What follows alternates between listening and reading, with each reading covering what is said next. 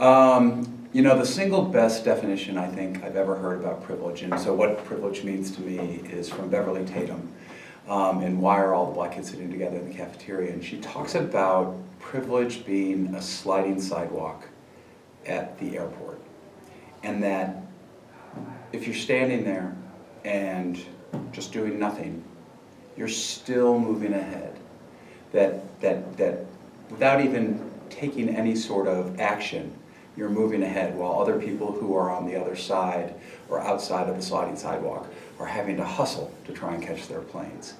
And my life has been like that in multiple ways. So I am, the only place that I've ever experienced targeting would be age, when I was young. And now I don't even experience that. White, middle class, Protestant male, heterosexual, cisgendered. You know, you move through all the identity constructs, and so you don't realize that the world is being set up, well, until you start paying attention. You don't realize that the world is set up for your ease, for your comfort. And I think, you know, I came aware of this. It was, and I have permission of this person to tell this story.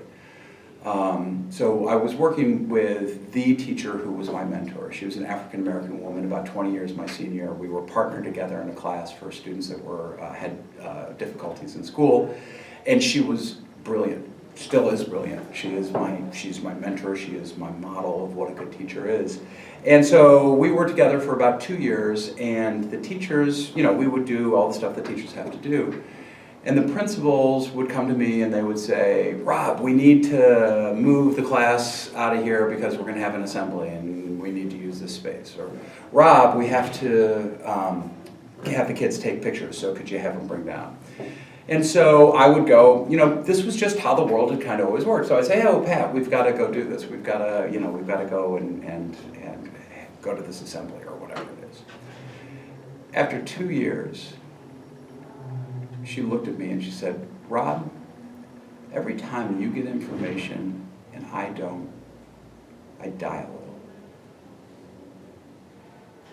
And I can't even begin the pain that I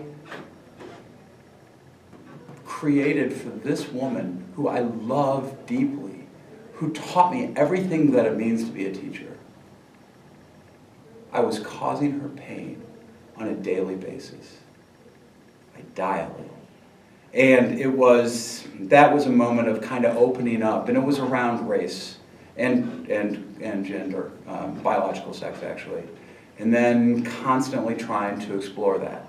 Going to Lambert's with my nephew on the way down to my nephew is a trans man, and watching him have to figure out what bathroom he's going to go into in Sykeston, Missouri, you know, and the safety that's associated with that.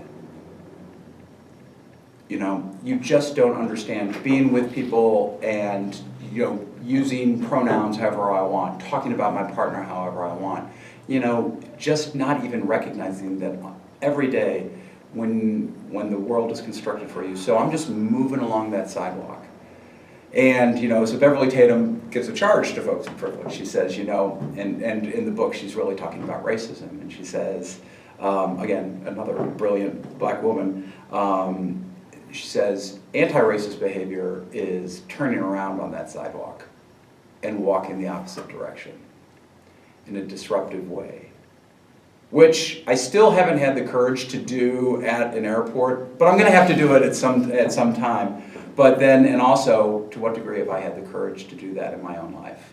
To be disruptive around the privileges that are given to me, and to recognize it, and to recognize that how I've also internalized those, and internalized senses of superiority around all these different identities. So, it's kind of what privilege is to me.